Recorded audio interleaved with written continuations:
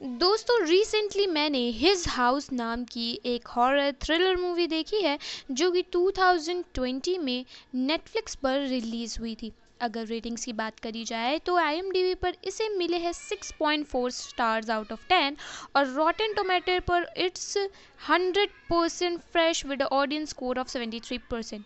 Movie start करने से पहले मेरी आप सभी से गुजारिश है कि आप सभी अपने अपने हेडफोन्स पहन लीजिए और चैनल को भी सब्सक्राइब कर लीजिए। तो चलिए शुरू करते हैं आज की इस वीडियो को।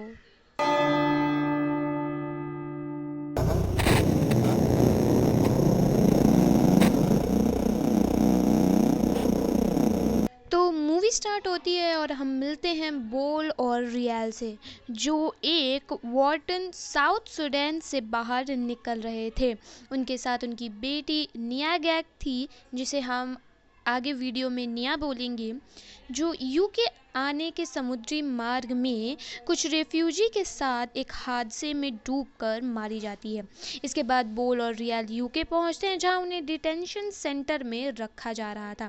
जब उन दोनों को डिटेंशन सेंटर से बाहर निकाला जाता है तो उन्हें एक घर रहने के लिए दिया जाता है, यूके में एज अ रेफ्यूजी रहने के लिए, और उन्हें वहां कोई भी जॉब करना अलाउड नहीं था। उन्हें गवर्नमेंट की तरफ से दिए जाने वाले कुछ पैसों में ही अपना गुजारा करना था। जब वो दोनों घर पर आए तो वो देखते हैं कि वो घर एक पुराना टूटा फूटा घर था और उस घर से बहुत बुरी बदबू भी आ रही थी। बोल वापस साउथ सूडान नहीं जाना चाहता था, इसलिए वो वहाँ एडजस्ट करने के लिए तैयार हो जाता है। वो दोनों वहाँ रहते हुए भी अपने पास्ट को भुला नहीं पा रहे थे। उन्हें अपनी बेटी निया के विजन्स आ रहे थे। साथ ही उस घर में बोल पहली रात में लोगों के चीखने चिल्लाने की आवाज़ें और कदमों की आवाज़ें भी सुनाई देती हैं। बोल यहाँ उन सब को बहुत इग्नोर करने की कोशिश करता है, लेकिन फिर बोल को दीवार के अंदर से कुछ अजीब आवाज़ सुनाई देती है, जैसे चेक करने पर उसे वहाँ एक क्रो दिखाई देता है, जिसके पीछे एक सेकंड के लिए बोल को अपनी बेटी नज़र आती है। अगले दिन बोल घर का कचरा लेकर बाहर जाता है, तब उसे उसकी पड़ोसी थोड़ी अजीब तरह से देख रही थी। आगे बोल हेयर कट कराने के लिए जब बाहर जाता है, तब एक पब के सामने से गुजरते वक्त एक आदमी उससे पूछता है कि क्या वो एक रेफ्यूजी है। जब बोल हाँ कहता है तो वो आदमी बोल को कुछ सेकंड हैंड सामान देता है। उस रात भी बोल को कुछ आवाज़ें सुनाई देती हैं और चेक करने पर बोल पाता है कि घर का वॉलपेपर अपने आप निकल रहा था, जिसके पीछे एक छेद बना हुआ था। रूम की लाइट्स अपने आप बंद हो जाती हैं और उस छेद से एक रस्सी निकलती है, जो कि ख़त्म ही नहीं हो रही थी। और रस्सी में बोल की बेटी निया की एक डॉल फंसी हुई थी, जिसे किसी के हाथ खींच लेते हैं। इसी टाइम हम बोल के पीछे एक आकृति देखते हैं, लेकिन तभी बोल होश में आता है और हमें पता चलता है कि बोल ये सब सिर्फ हेलुसिनेट कर रहा था। इसके बाद बोल उस दीवार के वॉलपेपर्स निकालने लगता है और सुबह तक उसने पूरे रूम के दीवार के वॉलपेपर्स निकाल दिए थे। सुबह रियाल ये सब देखती है और वो पूरे घर की सफाई करती है। इसके बाद कबर्ड खोलने पर रियाल को ट्रक में बैठे कुछ बच्चे दिखते हैं, जो कि रियाल का एक ट्रॉमेटिक पास्ट था, जिसके उसे विजन्स आ रहे थे। बोल कुछ टूल्स खरीदने जाता है और रियाल भी घर से बाहर निकलती है, पर वो जहाँ भी जा रही थी वापस उसी एरिया में पहुँच जा रही थी। जब रियाल कुछ बच्चों से रास्ता पूछती है तो वो बच्चे उसे ठीक से ट्रीट नहीं करते, क्योंकि रियाल प्रॉपरली इंग्लिश में बात नहीं कर पा रही थी। रियाल हॉस्पिटल में कुछ टेस्ट वगैरह कराती है, जिससे पता चलता है कि उसकी बेटी की मौत उसके ट्रॉमेटिक पास्ट को अफेक्ट कर रही थी। जब रियाल घर वापस आती है तो वो देखती है कि एक वाइट लड़की उनके घर के बाहर ही पी कर रही थी। इसके बाद घर में किसी की आवाज़ें सुनाई देती हैं और वो नोटिस करती है कि फल अपने आप मूव कर रहे थे। आगे बोल रात में घर देर से आता है और डिनर के समय रियाल बोल से अपेथ यानी एक नाइट विच की कहानी सुनाती है। इस कहानी में एक आदमी को अपना घर चाहिए था, इसलिए वो दूसरों की चीज़ें चुराने लगता है। एक दिन उस आदमी ने नाइट विच से भी कुछ चुरा लिया था। जब उस आदमी ने अपना घर बनाया तो वो अपेथ यानी नाइट विच भी उसके घर पर एक श्राप की तरह आ गई, ताकि वो उस आदमी को कंज्यूम कर सके। मतलब रियाल के हिसाब से समुद्री रास्ते में उनके साथ एक अपेथ उस घर में आ गई है। रियाल का ये भी कहना था कि वो लोग इस जगह से बिलोंग नहीं करते और अपना डेप्थ पे करना होगा उन्हें, तभी वो अपनी बेटी को वापस पा सकते हैं। बोल सभी बातों को इग्नोर करके कहता है कि यहाँ कोई विच नहीं है। बोल फिर रात में दीवारों से वॉलपेपर्स हटाने लगता है, तब उसे फिर से कुछ आवाज़ें सुनाई देती है। बोल को अपनी बेटी निया दिखाई देती है जिसके पास एक चाकू था और वो बोल पर अटैक कर देती है। बोल यहाँ समझ जाता है कि उन लोगों पर सच में श्राप लगा था। ऐसा सोचकर वो सारा सामान जला देता है जो वो लोग अपने साथ लेकर आए थे, और वो अपनी बेटी निया की डॉल और नेकलेस भी जला देता है, जो देखकर रियाल थोड़ा अपसेट हो जाती है। अगले दिन बोल कुछ नए कपड़े वगैरह खरीदने जाता है और घर की इलेक्ट्रिसिटी भी ठीक करने लगता है। इसी दौरान वो देखता है कि रियाल किसी से बात कर रही थी, पर वहाँ कोई भी नहीं था। रियाल कहती है कि वो अपेट से बात कर रही है ताकि वो निया को वापस पा सके। बोल और रियाल इसके बाद डिनर करने लगते हैं। तभी अचानक से बोल खुद को समुद्र के बीच में देखता है जहाँ कई डूबे हुए लोगों की आत्माएं बोल को हॉन्ट करने लगती है। पर तभी बोल की आंखें खुलती है और वो खुद को घर में पाता है जहाँ उसे अंधेरे में कुछ आकृतियां नजर आती है। जैसे ही बोल लाइट्स ऑन करता है तो वो आकृतियां गायब हो जाती हैं, पर वहाँ उसे कुछ पैरों के निशान नजर आते हैं। बोल को बार बार निया की आवाज़ें सुनाई दे रही थी। घर में मरे हुए लोगों की आत्माएं भी नजर आ रही थी जो बोल पर अटैक कर देते हैं। बोल हर जगह की लाइट्स ऑन करता है और सब कुछ गायब हो जाता है, पर फिर भी वो निया को दीवार में बने होल के अंदर देख रहा था। यहाँ गुस्से में बोल दीवार को ही तोड़ देता है और अगले दिन वो उस सोशल वर्कर के पास जाता है जिसने उसे वो घर दिलवाया था। बोल उसे कहता है कि उस घर में चूहे वगैरह हैं जिसके कारण वो लोग बीमार हो रहे हैं, इसलिए वो लोग उस घर को छोड़ना चाहते हैं, पर ऐसा करना अलाउड नहीं था। बोल गुस्से में एक कांच के ग्लास को अपने हाथ में ही तोड़ देता है और वहां से चला जाता है।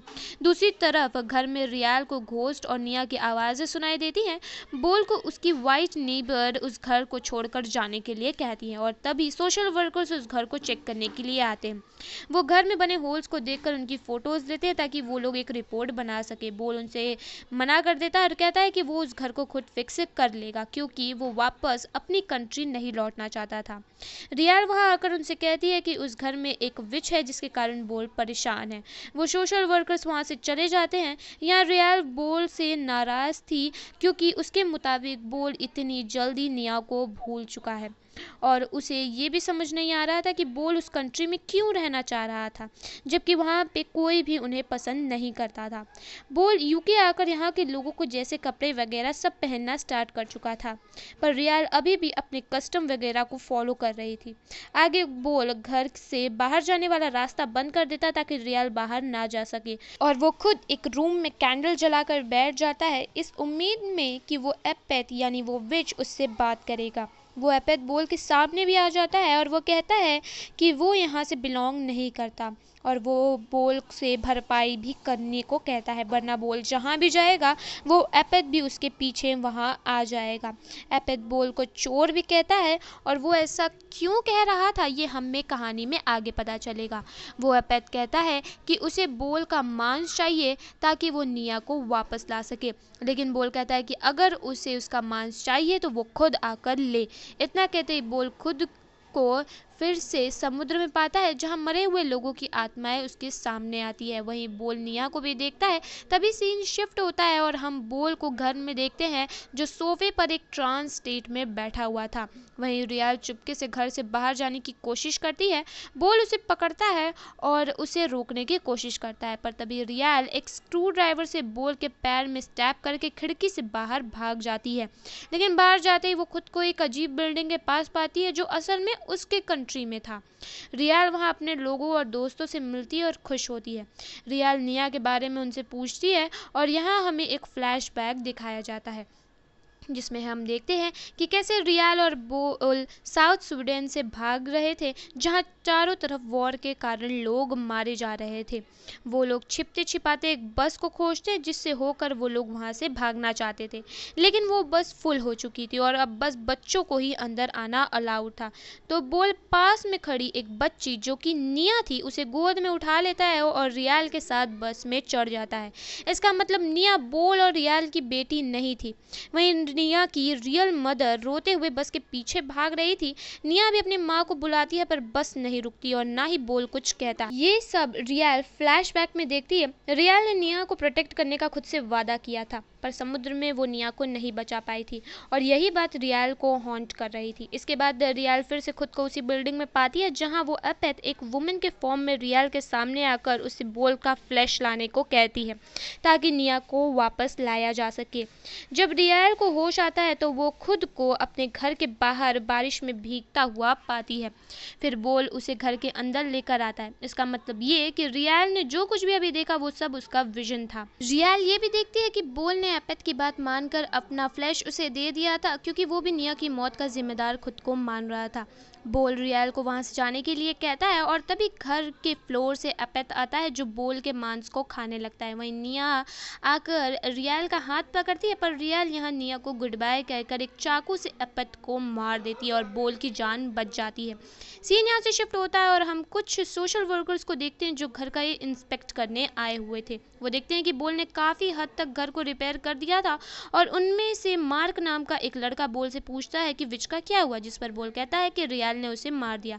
आगे मार्क पूछता है कि क्या उसे अभी भी निया दिखती है, जिस पर बोल कहता है कि हमारे पास के घोस्ट हमें हमेशा फॉलो करेंगे पर जब हम उन्हें स्वीकार कर लेंगे और उनका सामना करेंगे तभी हम आगे बढ़ पाएंगे। वो सोशल वर्कर्स फिर वहाँ से चले जाते हैं और अब हम बोल और रियाल के घर में फिर से स्पिरिट्स को देखते हैं। अब वो स्पिरिट्स बोल और रियाल को हॉन्ट नहीं कर रहे थे और यहीं पर ये मूवी खत्म हो जाती है। तो दोस्तों ये थी हिज हाउस मूवी की कहानी। अब मैं इस मूवी को शॉर्ट में बताने की कोशिश करती हूँ। तो ये मूवी बस एक ट्रॉमा और गिल्ट पर बेस्ड था जहाँ बोल और रियाल ने किसी और के बच्चे का इस्तेमाल अपनी जान बचाने के लिए किया पर फिर भी वो निया की जान को नहीं बचा पाए। इसी बात का गिल्ट उन्हें अंदर ही अंदर खाया जा रहा था जो कि विच और स्पिरिट्स के रूप में भी नज़र आ रहा था। मूवी के एंड में जब दोनों ने अपने ट्रॉमा का सामना किया तो उन्होंने उस विच को भी मार दिया और अब वो अपनी ज़िंदगी में आगे बढ़ पा रहे थे। अब उन्हें उन स्पिरिट्स के होने ना होने से कोई फ़र्क नहीं पड़ रहा था। तो दोस्तों बस यही थी इस मूवी की एक्सप्लेनेशन। हम मिलेंगे नेक्स्ट संडे एक ऐसी कहानी और एक ऐसी वीडियो के साथ। तब तक के लिए बाय बाय।